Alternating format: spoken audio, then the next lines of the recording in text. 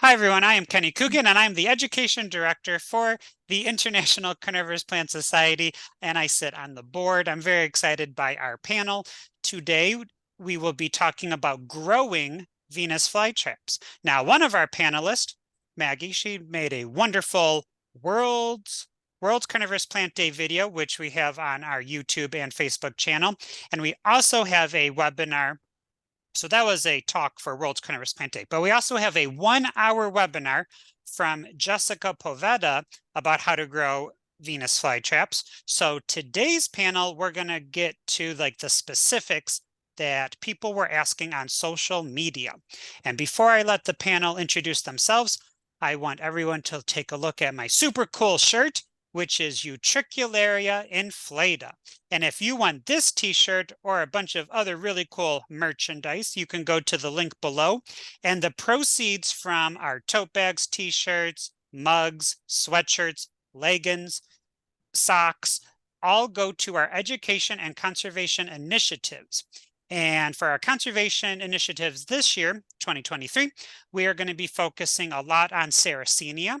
And for our education initiatives, those include creating animated videos, hosting our monthly webinars, hosting roundtables, and my favorite, Carnivores in the Classroom grant. So for the past 2 years, we've been able to fund over 20 teachers all over the world in K through 12 classrooms in both public and private classrooms.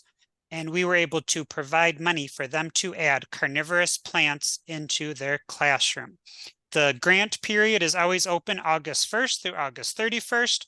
So if you know a teacher, please keep that in mind. And if you purchase one of our items, you can be supporting that cause. All right, and with that, we will allow our panelists to introduce themselves. Hi, I'm Sarah Hunter from Hunter Flytraps. I'm in South Carolina and the USA. I'm Sib. I'm in Ontario, Canada, and I've been growing carnivorous plants for over 25 years. And some people might recognize me from Jack's Carnivorous Plants, Jack's Jungle Carnivorous Plants. I am Maggie Chen, and I've been growing Venus flytraps for over about 9 years or 10 years or so. I've lost track. And I presently reside in Texas, USA, but came from California just a couple of years ago. Very good. And Sib has a photo instead of video because she has poor dual purpose video and audio. So we want to be able to hear Sib's experience. So that's why you cannot see a live video of her right now. All right, so on social media, on Facebook and Instagram, on the ICPS channel, we asked you what questions you have for our panelists, and we're going to go through them, and then I have a couple of extra questions. So the first one is from Gardener's Keys. Venus flytrap indoors without dormancy. What is your opinion? And then we also have a question from Villainous Sequel. Is the fridge method to force dormancy for Venus flytraps really that bad for them? So for our panel, what do you think about growing Venus flytraps indoors in regards to dormancy? Maggie, do you want to start? Do you have any experience with growing them indoors? Yes, I do, actually. In California, I didn't really have to grow them outdoors, or indoors, I should say. And but when I moved to Texas, I found that I was dealing with a lot more elements that weren't present in California. So a period of time of growing indoors was actually better for my Venus flytraps. This winter, I moved every Venus flytrap in, and they did go dormant. But one of the things that I have experienced when I import something from overseas and they're really, really small, I purposely don't let them go into dormancy that first year. So they're fine when I do it that way. I don't let anything go into stay awake for more than that first year, though. Now, I've kind of gone through quite a experimental phase over the years with carnivorous plants, but specifically the Venus flytraps. Our first year, like most people, I managed to kill them off over the winter because Canadian winters can be very harsh. So in my region, we have actually next to no snowfall. Our winters are wet. We're very open. It's very windy. So that killed off all our Venus flytraps. So the following year, we tried the fridge method. It works well, but you have to let the plants go dormant beforehand. If you try and put an awake Venus flytrap in the fridge, that's where you get your mold. That's where you get your failure. If you're well prepared and the plant is ready to go dormant, the fridge method actually works pretty well. But like Maggie said, I don't like letting a plant grow for more than like a 2-season thing without going dormant. Yeah, I haven't done the fridge method myself, and but I have had some people that I've spoken to have great success with it, and it's just like you said, where you have to let it go dormant first, sort of like start into it before you get it into the fridge. But they've been really successful with it. As for me, I've kept some plants inside. Like I have a grow room, and but even then we match the photo periods with our lights, so they go dormant, but we try to keep them like a month ahead of what the natural process would be. So did they full on go dormant and like really get the wide leaves? No, but you know, the growth slowed down a bit when we took the photo periods down, and then now that we've turned them back up, we have a whole bunch of new growth. So do I think dormancy is necessary? Well, yeah, because it's the natural process of the plant, and like Maggie said, like for smaller plants, we'll maybe skip the first year and keep them indoors and things like that. So but overall we do let our plants go dormant outside because we're in South Carolina, so it's kind of their jam here. I'd rather have your dormancy weather than mine. We just went through some ice storms and everything, but I overwinter in an unheated greenhouse, and I do very well that way. Yeah, I can't imagine growing back in Ontario. The kid when I lived in Ontario, every one of them died. I'm in a very protected part of Ontario. I'm in what they consider the banana belt. I'm down at the very tip. We're surrounded by the Great Lakes, so our weather is very moderated. The only thing that we have to really watch out for, and the thing that really does them in, is that desiccating winter wind. It just is brutal. So brutal. I lived right by Lake Huron. Oh, we had a big effect, and there was sometimes I couldn't find my car, let alone a plant. We skip all the snow, fortunately. That's so great. How cold does it get down over there? Do you want Celsius or Fahrenheit? Fahrenheit. Otherwise, I have to do a little bit of math. I'm doing some math in my head. So we just had, like, normally we're sticking around 32. Like our winters tend to be around freezing. So in the colder months, we'll be in the low 20s. But that polar vortex or whatever that just ripped through, that was brutal. We dropped down to like 0 Fahrenheit as a nighttime low. It was brutal. But we rarely see teens. Don Schiller asks, is Venus flytrap dormancy dependent on photo period or temperature?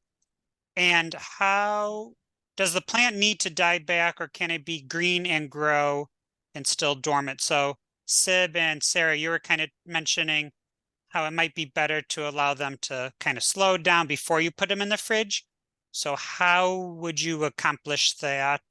I mean, I imagine in Canada. Definitely photo period. The photo period. Yeah, they got to get that shorter day, and then your rosettes get, the rosette itself gets smaller, the leaves get wider. You'll see like a distinct difference between your active growing summer leaves. Like in my greenhouse, it warms up a little bit during the day, but it is freezing at night. And I have growth, like they're actively growing incredibly slowly all the way into January, but they're technically dormant at the same time. They're growing at such a snail's pace. I could put them into a fridge method dormancy probably mid-late December, because their growth has slowed down to that thing. I see the smaller rosette size and the wider leaves, it tells me that the plant is dormant or going dormant, is ready for its sleep. Yeah, like when they get more compact, it almost looks like they're bundling up for the winter. Exactly. Yeah, Leaves that's hugging the ground. Oh, go ahead. Oh, and just leaves hugging the ground. So do you use a fungicide before you put it into the fridge? I would imagine that would mitigate some things. In the past, when I did, like, I haven't put them in the fridge probably in over a decade, but in the past when I did a layer of long fibered sphagnum moss, and then we sprayed it with methylene blue. That was what we had at the time. The Canadian government is really cracked down on pesticides. It's so hard to get pesticides, fungicides, any of that stuff. There's almost nothing available to you that isn't just like pyrethrin or copper. Yeah. All right. So I'm in Tampa, Florida, and I did a little experiment because our winters are maybe 45, 50 degrees Fahrenheit. And I did a handful of them in the fridge maybe a year or two ago. And I soaked a few in the fungicide for like 20 minutes, 10 minutes, and then 0 minutes. And all of them did not get fungus. All of them made it from Thanksgiving to Valentine's Day in the fridge. And then I took them back out and they seemed to be fine. Our vice president, John, he says, and he has an article on the ice at carnivorousplants.org, which is the official ICPS website, that he can get them to live for 5 years or more, skipping dormancy altogether, as long as they're well fed. So has anyone experimented with that? Try to push them through like on a windowsill? Nope. I haven't tried to push them that far at all because, again, I'm in South Carolina, so most of my plants are just outside all year round anyway. It's only been recently since we started having a grow room inside. So no, I guess all of them just kind of go through dormancy because, hey, they live here. Exactly. I also grow all of my carnivorous plants outside. All right, so Neps and Shrimps asks, what are the ideal temperatures to grow Venus flytraps in the summertime? And then what are the ideal temperatures for winter time? And then Sungji Emus asks, are Venus flytraps summer sunlight lovers? In countries that have 4 seasons, such as the US and Korea, I've heard that Venus flytraps do not look good in straight summer sunlight. Maybe it's too bright or too hot. What are your thoughts? So both of those questions are about temperature and sunlight. I think when it comes to the way a Venus flytrap behaves out in the sun, comes down to 2 major things. Comes down to where exactly you are and what kind of sun you've got, but it also comes down to cultivars, varieties, whatever you want to call. I have some plants that you cannot give them enough sun. Like they will suck up every ounce of sun and look gorgeous. And I have others that if you put them out in any kind of sun, like strong afternoon sun, they will turn yellow and look like they're gonna die. They just don't want to be in that full sun. They're more delicate, they're more dainty. And they get their best look if they're protected from that really intense afternoon sun. Sib, can you give us a cultivar name or two that really like full sun? Pink Venus loves full sun here, Red Dragon, Ginormous. Like most of them here love the full sun. Bimbo looks amazing in full sun here. If I put Alien in full sun, it just looks terrible. It does not do full sun for me at all. I find the thinner the leaf, the more it dislikes being in full sun. Huh.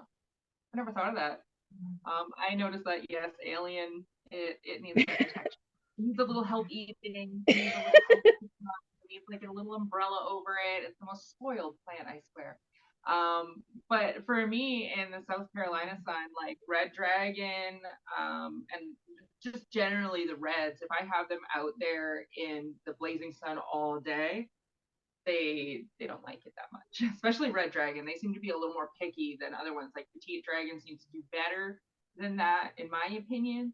But otherwise, I think my best ones in the middle of the summer probably be B52s. I don't know. I find them to be a good all around plant. But even then, once it hits about 95 degrees, then I have to get the 40% shade cloths out. Otherwise, they all end up looking like trash. So, yeah, I don't know. I think the heat has a lot to do with it. It's not so much the light. They can handle the light all the time, but like that heat just melts them. I agree 100%. I have 2 growing areas where I have mine set up. I have the unheated greenhouse, which has only passive ventilation. So that bugger gets 100 plus for fun. Like we have special weather in the Great Lakes, and we have this thing called the humidex, which you will know about, but other people in the world don't understand what a humidex is. That thing's the devil. But it definitely changes how things are. I will say with the red dragons and a couple others, I do get a little bit of discoloration, and they start pouting when it gets really super hot and humid. But it's not the light, because I have some of those growing outside, and they do absolutely fine as long as I'm doing my top water flushes and whatnot, and they do good here. But again, you're on it with the heat, because when it's 115, 120 in the greenhouse, those reds are like, do you hate us? And we'll get like 115 or whatever just outside, not even like in the greenhouse or anything. So we have to have we had to take the sides off of the greenhouse last year, and we just had fans going on either end just to try and keep the water cooling. And then my husband actually made like a pump system where he kept water underground and had it pumping in and circulating to try and keep the roots cooler. And that helped with I think it was Thalassemia or something. And a few others. That table did pretty well with the circulating cooler water. So I don't know. The first year trying that, so I don't have any scientific anything on it other than they looked pretty good.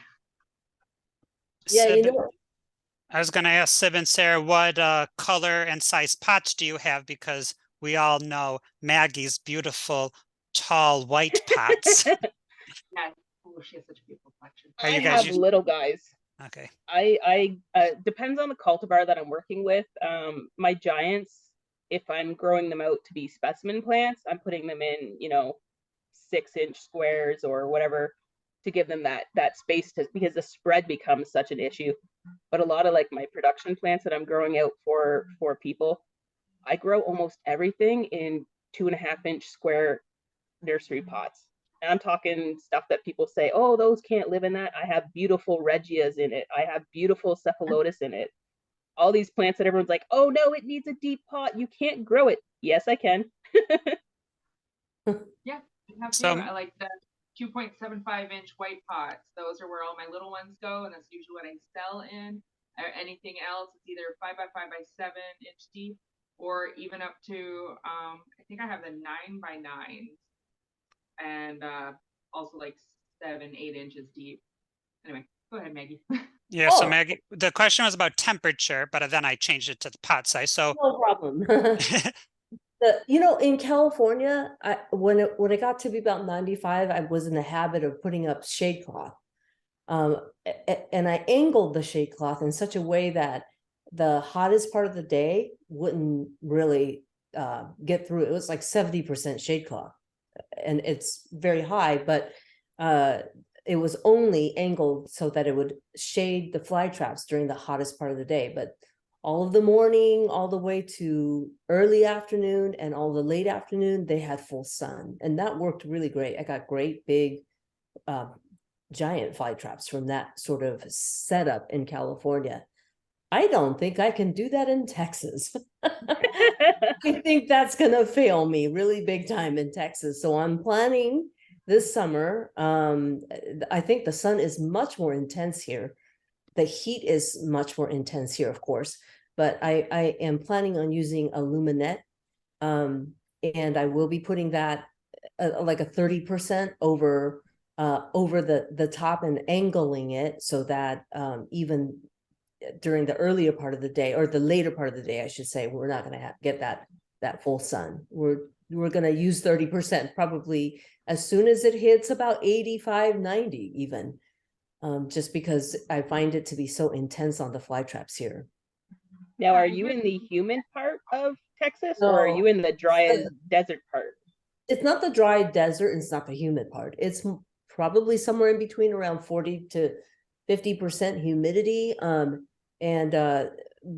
what we get is really, really cold, really, really hot, the extremes. And so I have to protect everything from wind.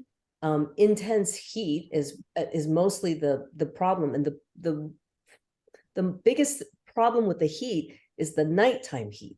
I don't really think that the daytime heat is a problem for the fly traps, but they never get a rest at night. It's still 85 degrees at night. Yeah, we get that as well here. We don't get any of that nighttime cooling that everybody else talks about. It's like, where's my nighttime cooling? And the air gets stagnant. And I found that when I went from California to Texas with that kind of summer, the fly traps didn't get big. My eyes were bugging out going, you're not big. What's the matter with you?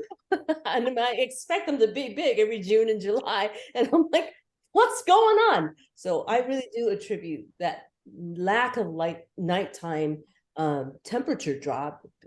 It's not so much that daytime heat. People say that they can survive in 100 degrees. They do that in North Carolina.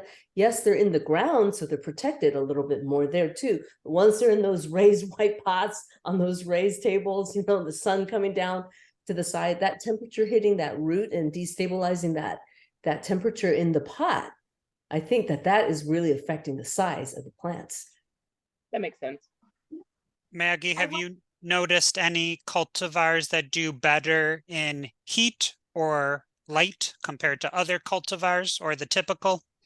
Yeah, I don't think that I would tell you a name of a cultivar, but I can put categories to this, which is anything that grows bigger tends to shield itself better. When it has a little bit more mass in the bulb, in the overall plant, it tends to deal better with the extremes. Any of the mutants that were really small to begin with, they just piddled away in the summer heat and the winter chill. And so there was that category that I noticed. The other category were the reds. The only red that I take that back. There's two reds that did really well in the Texas summer heat. I was really surprised, except that they were stunted. But they didn't fail on me. They didn't die on me. And that was red dentate, and I'm forgetting the other one now. Red burgundy, there it is. They did really well here. The one that did poor in California and Texas of the reds is Red Dragon. It's the thorn in my side. I find Red Dragon can be really finicky though, because I've had years, and it's all the same clones. Like I only ever split my own plants, and I've had years where they just pouted. They just didn't like whatever the conditions were, even though it didn't seem particularly unusual, to the point where I ended up repotting them in the same darn mix I use and top watering, flushing and whatnot. I find Red Dragon is one of those plants that you can't just tray water. You have to top water that one and flush that pot on a regular basis, or it ends up pouting. Yeah, they're pretty finicky, those ones. The only time I really had like a huge Red Dragon was in the greenhouse when it was basically right next to the fan for whatever reason. I don't know. Maybe it was just too hot for that little southern belt. And yeah, that's the only time I really got it to go like into like a kind of a bush, you know. Otherwise, like, you know, you still have the normal smaller ones in the 3-inch pots or whatever, and they're okay. But you know, compare it to like another red, it's like, oh, you poor dear. What happened to you? I don't know. I just think they're very picky.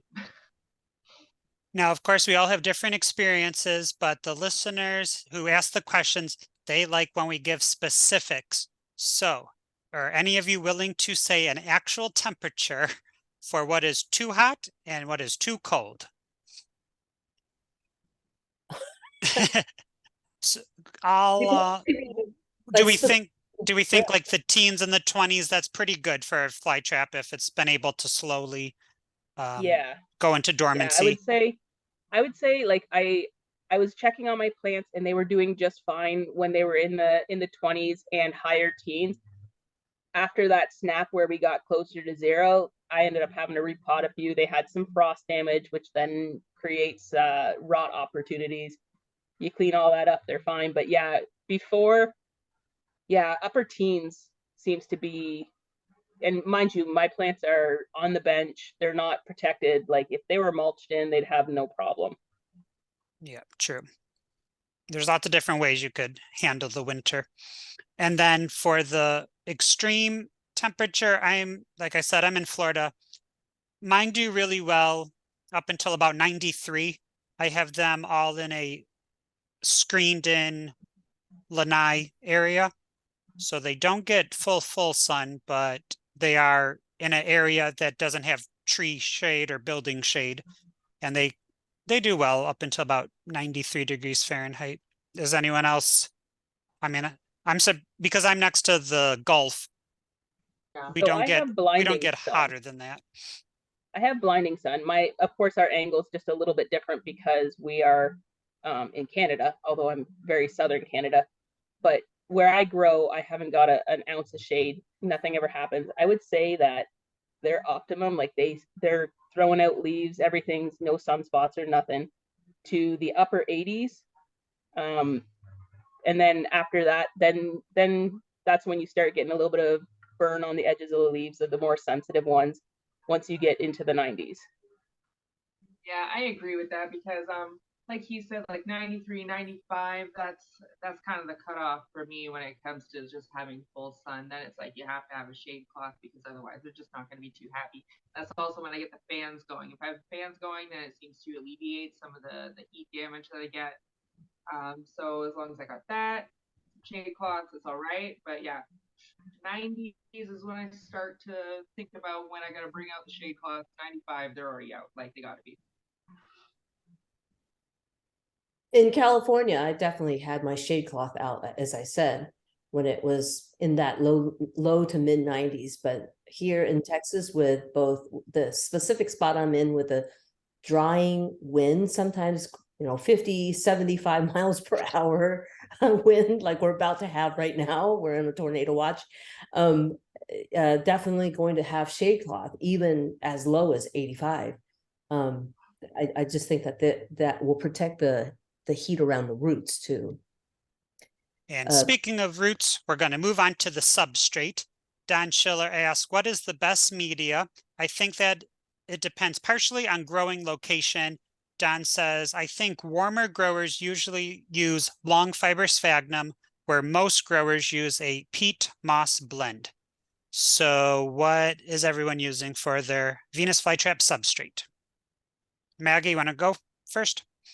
Well, I will tell you, in California and before the pandemic, I used only long fiber with some perlite for aeration, and I swore by that. And I really to get award-winning Venus flytraps. Award-winning Venus flytraps, really large ones, because it was a very sterile environment, and so the flytraps seemed to grow very fast for me in that sort of scenario. But now, long fiber sphagnum is worse than the price of gas and eggs. Can't really afford that, nor does it seem to be sustainable anymore. So what I've done now is, and I'm still getting pretty good results from this, is I have a little bit of long fiber at the bottom just to keep things from falling out. And then down by where the root zone is, I'm using peat and perlite or some sort of aerator like that, could be pumice. And then just around the bulb, I've got that long fiber again. And that 3-layer method is something that I started to do in the later years as I was in California, and I was trying to save up to move, save some money, but I found that it doesn't really change anything too drastically if I do it that way. All right, Sarah, what's your mix? Well, I do not lack for moss at all. I a distributor for it, and I have it all over the place.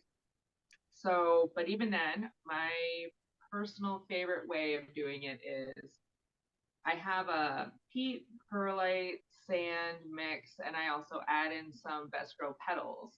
That's like little bits of long fiber. So I do 1 part peat, 2 parts perlite, 1 part sand, and I mix that because it's a really airy mix, and I find that works really well. So I do what Maggie was saying. I put the sphagnum moss at the bottom just to keep everything in place. Plus, the roots just seem to want to go toward it.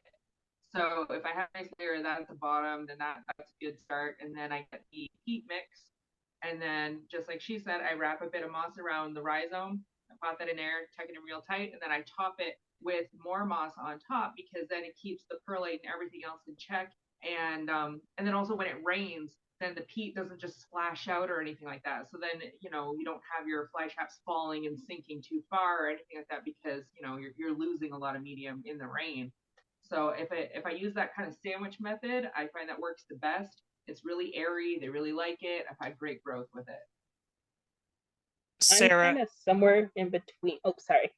I have to ask Sarah where she sources her sand from, because that is like one of the most popular questions. The type of sand or the brand of sand, or where do you find the sand?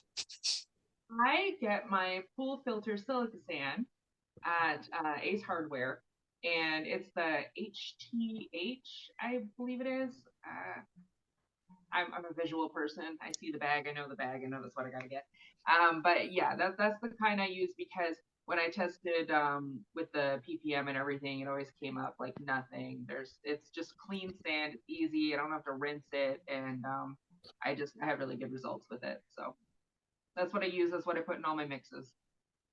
Do you know what the hardware store is selling the sand for? Is it a play sand or is it building sand? It's pool filter sand. Pool Yeah. filter. Gotcha. Yeah. And I get it specifically at Ace Hardware. That's the only place I can really find it. All right. Seb, what are you using for your substrate? I'm just using mostly peat. So my mixes tend to be peat heavy. It's always just what I found works well for me and in my situation. So I use peat and coarse perlite. And then when I go to pot up the plant, I hill up the surface and I tuck some live sphagnum around the bulb and rhizome itself. I've always just done that, kind of like keep the bad things away. The plants always seem to grow really well, and like they had mentioned, a little bit of live sphagnum on top there controls wash away, and it has like an evaporative cooling effect on the plant as well. Yeah. The viewers at home cannot see this, but Maggie and Sarah are both nodding in agreement. My moss is always great to have on top. Yeah, I love it. I do not have the social media question in front of me, but it was asked on a different roundtable. Somebody asked, how do you prevent the moss from taking over? And then their question was like for Pinguicula, but do any of you experience the moss taking over a Venus flytrap? Nope. Mine grow pretty fast and they have no problem flattening the moss if they need to. And then if I see one that looks a little bit fluffy, let's say, I'll just trim that moss and put it on its neighboring pot or the next one who needs a little coverage. Sarah? Seedlings, I find that the moss can grow faster than the seedlings because, you know, we're trying to grow our own seed grown and whatnot. So then I'll trim it back, or I'll take a chunk out from around where the like little fly trap is, and then I'll throw it on something else and let it grow there. But otherwise I don't have a problem. All right, I have a question from myself. I have maybe I have 10 Venus flytrap seedlings in one pot. They're the size of a dime. They're supposed to be this random mix of extra large crosses, just like this random mix. And I've had them for, I know it takes them like 3 to 5 years to reach maturity, but I've had them for 2 or 3 years and they have never impressed me. They've never gotten even like the size of a quarter. Do you think I need to separate them? Is there competition in the Venus flytrap world? Well, repotting is an invigorator. Yes, entirely. I have to repot every 9 months to 12 months. Mhm. All right. Yeah, if you want, like I find if you want to get good growth out of like a seedling, from wherever you started them in, once they get a little bit sizable, you want to put them in new medium, new pot, and just kind of let them do their own thing. And usually a bit of a taller pot. The 10 little babies are in one of those white pots that Maggie recommends, but kind of the whole surface is filled with Venus flytraps. So maybe Definitely time to thin. they need some elbow room. All right, if one of you can answer this, that'd be great. Alex Snope asks, why do Venus flytraps go down in their substrate? Why does their rhizome sink? Anyone have experience with that?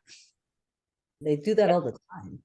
I wonder the same thing too. They grow sideways and downwards at an angle. So should Alex be concerned? Nope, it's just natural. Yeah, they do that.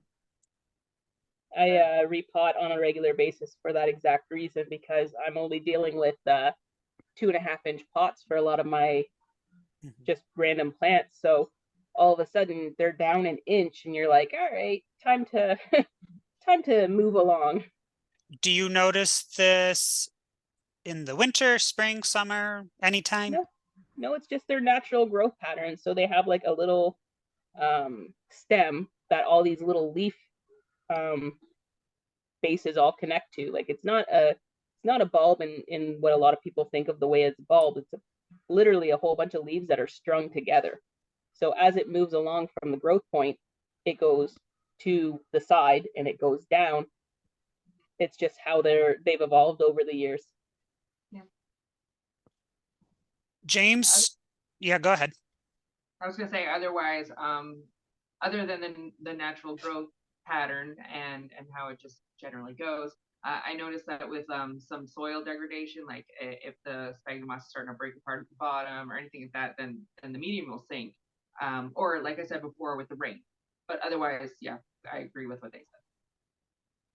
James Stone says, I use Maxi to boost Sarracenia seedling growth.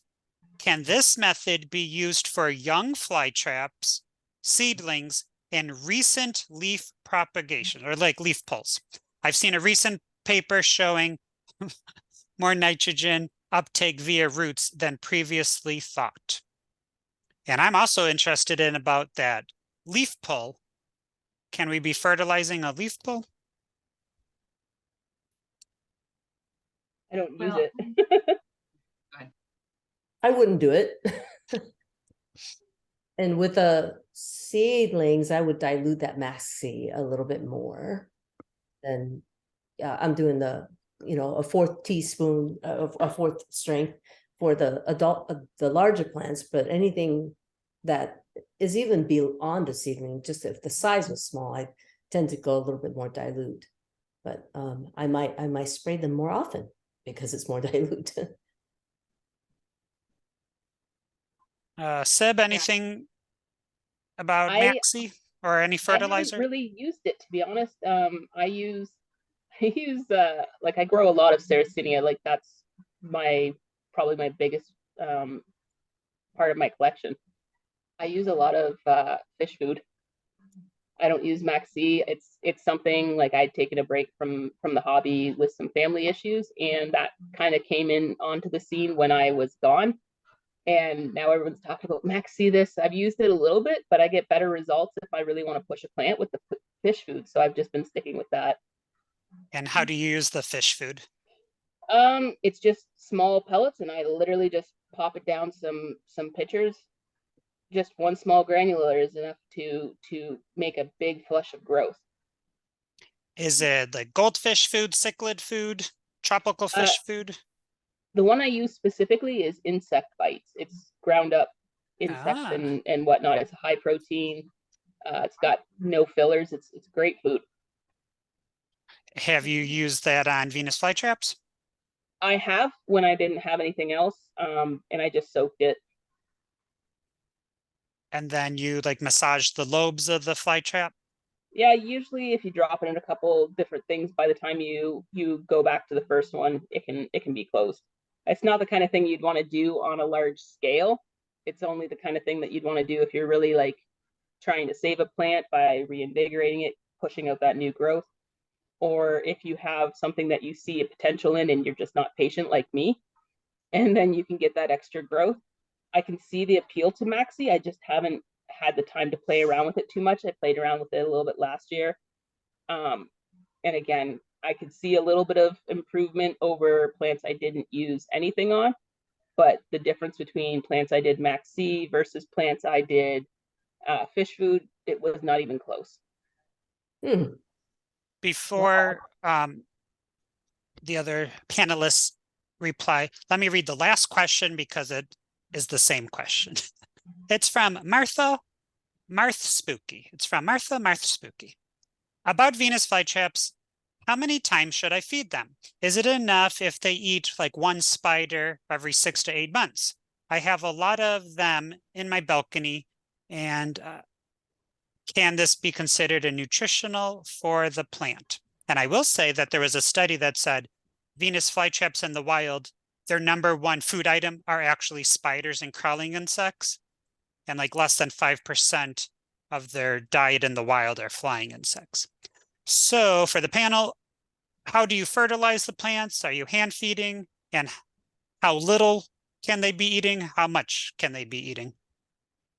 They are a plant, so they can get away with photosynthesis. They will still grow. They will still exist. The food act does clearly make a difference. My plants are all outside for the most part, so they feed themselves. Yeah, I find if I don't give them, like if I'm growing inside and they're just sitting there for a while, if they don't get any sort of insect or Maxi or something, then they start to get a little bit yellow. But maybe that's just my opinion. I don't really have any, again, scientific backing on that. I just know it's like if they are the indoor ones where they don't have regular bugs coming in and doing their thing, that they need a little bit of extra help to keep the nice coloration. I thought it was interesting, Sib. You said that it was taking too long to do Maxi, but you had time to make meatballs for all your different fly traps. No, it's not.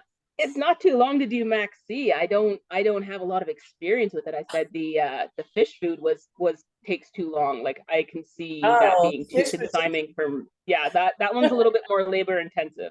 Yeah, I was gonna say that would take me forever. I had over 250 pots on my driveway in California.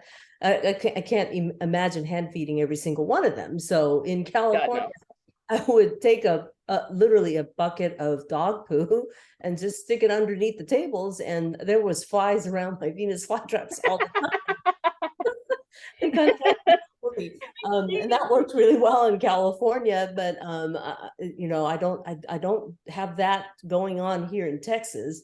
So I am relying on the Maxi a lot more here than I was in California, and I would have to say that I see a pretty big difference using the Maxi versus not using the Maxi. How do you spray your Maxi? Like what exactly are you doing?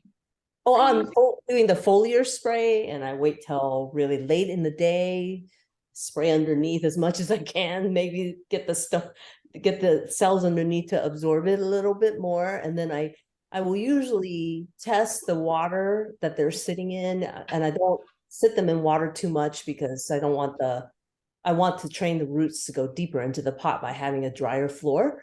But if there is any water sitting there, I'll test it to make sure there isn't any food left over in the water. But I do that foliar spray. I've tried painting them too with a paintbrush, but I didn't like that. Sounds time consuming. Didn't like that too much. I'll use a dropper for smaller plants. Oh, I don't like the algae on top that you get when you spray too much, things like that. Like I'm talking about like single plants, not like a bush of them or anything where you would obviously spray.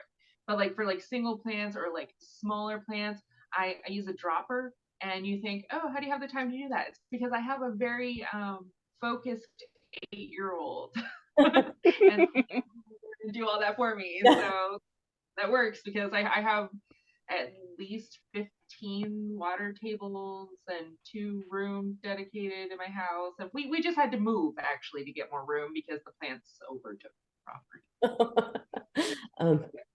So let's back up just a little bit. Maggie, when you're spraying them, is it like a pump spray or a hand sprayer? And then what do you mean by underneath? Yeah, so, everybody's frozen. Can you hear me? Yep. Yep. I can Okay. We're just so still because we're so excited. So when they get those long leaves, I'm talking about the ones that start to get the longer leaves and they start doing that arch. I'll try to spray underneath a little bit more than over the top. I don't know. I heard from a good friend that there are cells that absorb better at night. They open up and they absorb better at night. So I started trying that. I have no idea if that really works, but I haven't had problems with algae either. Like So Maggie, you're spraying the petiole and well, the the whole plant, but any plant that gets that long arching, I'll try to sneak some spray underneath is basically what I'm trying to say. And I don't know if it's making any difference, but I'm trying everything to try to get giant Venus, award-winning giant Venus flytraps, right?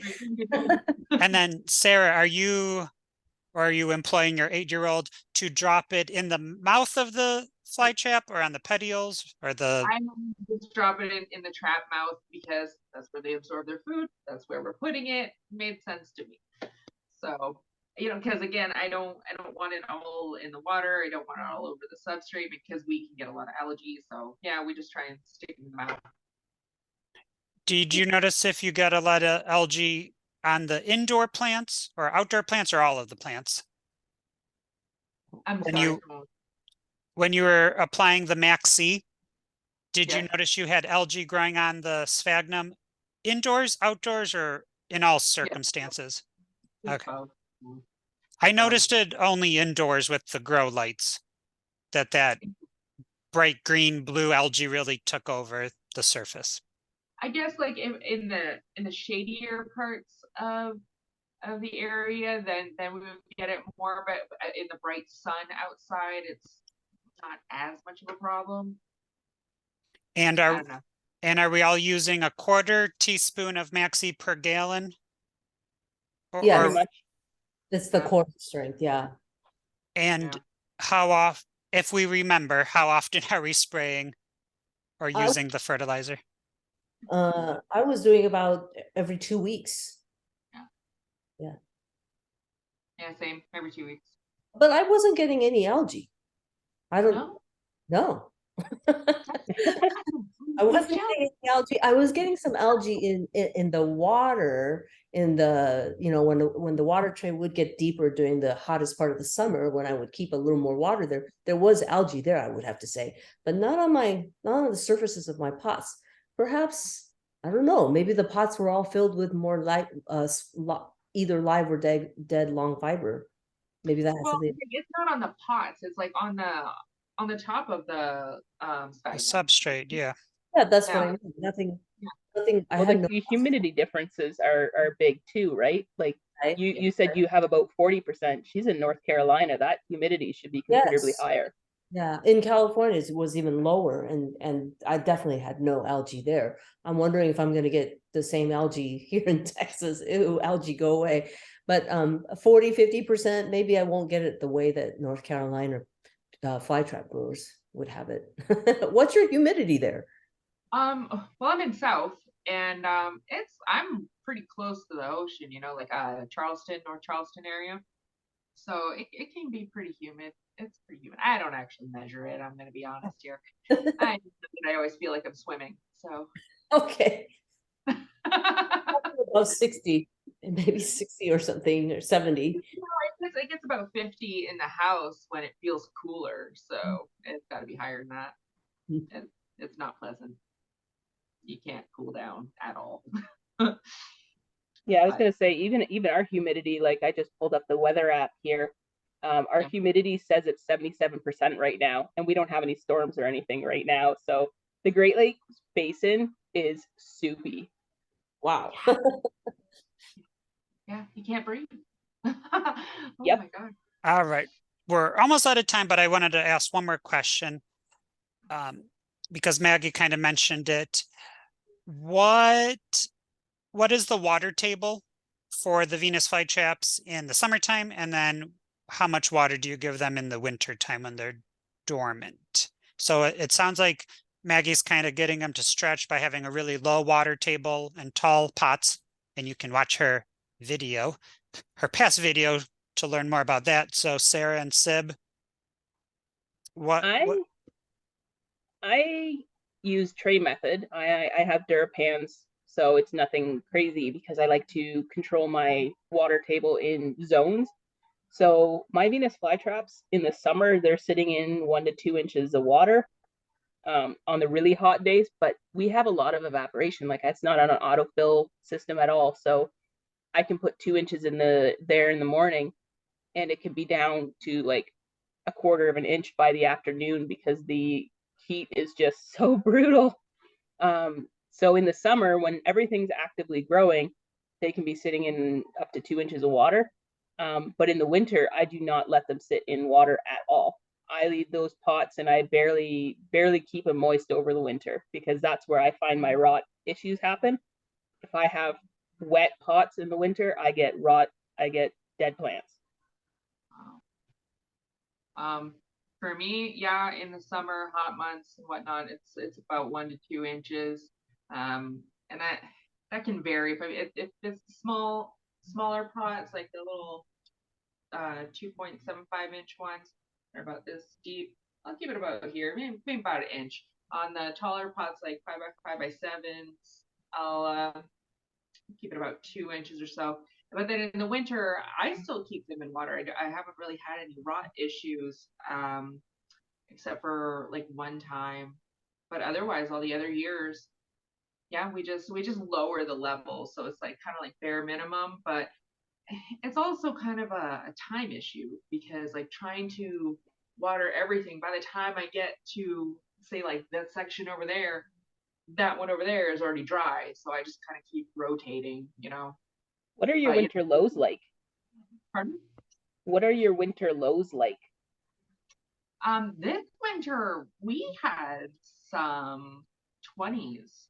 Like it went down into the 20s, and so, and it was kind of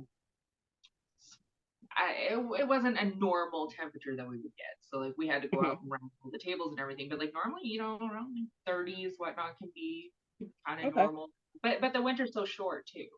And it's like I used to explain it as the winters here are kind of like the Canadian fall, and I'm talking like Lake Huron, Sarnia, Port Huron area. Like it just felt like fall over there. So yeah, we get summer and then winter. We don't have fall. Oh no. It's like all of a week and a half.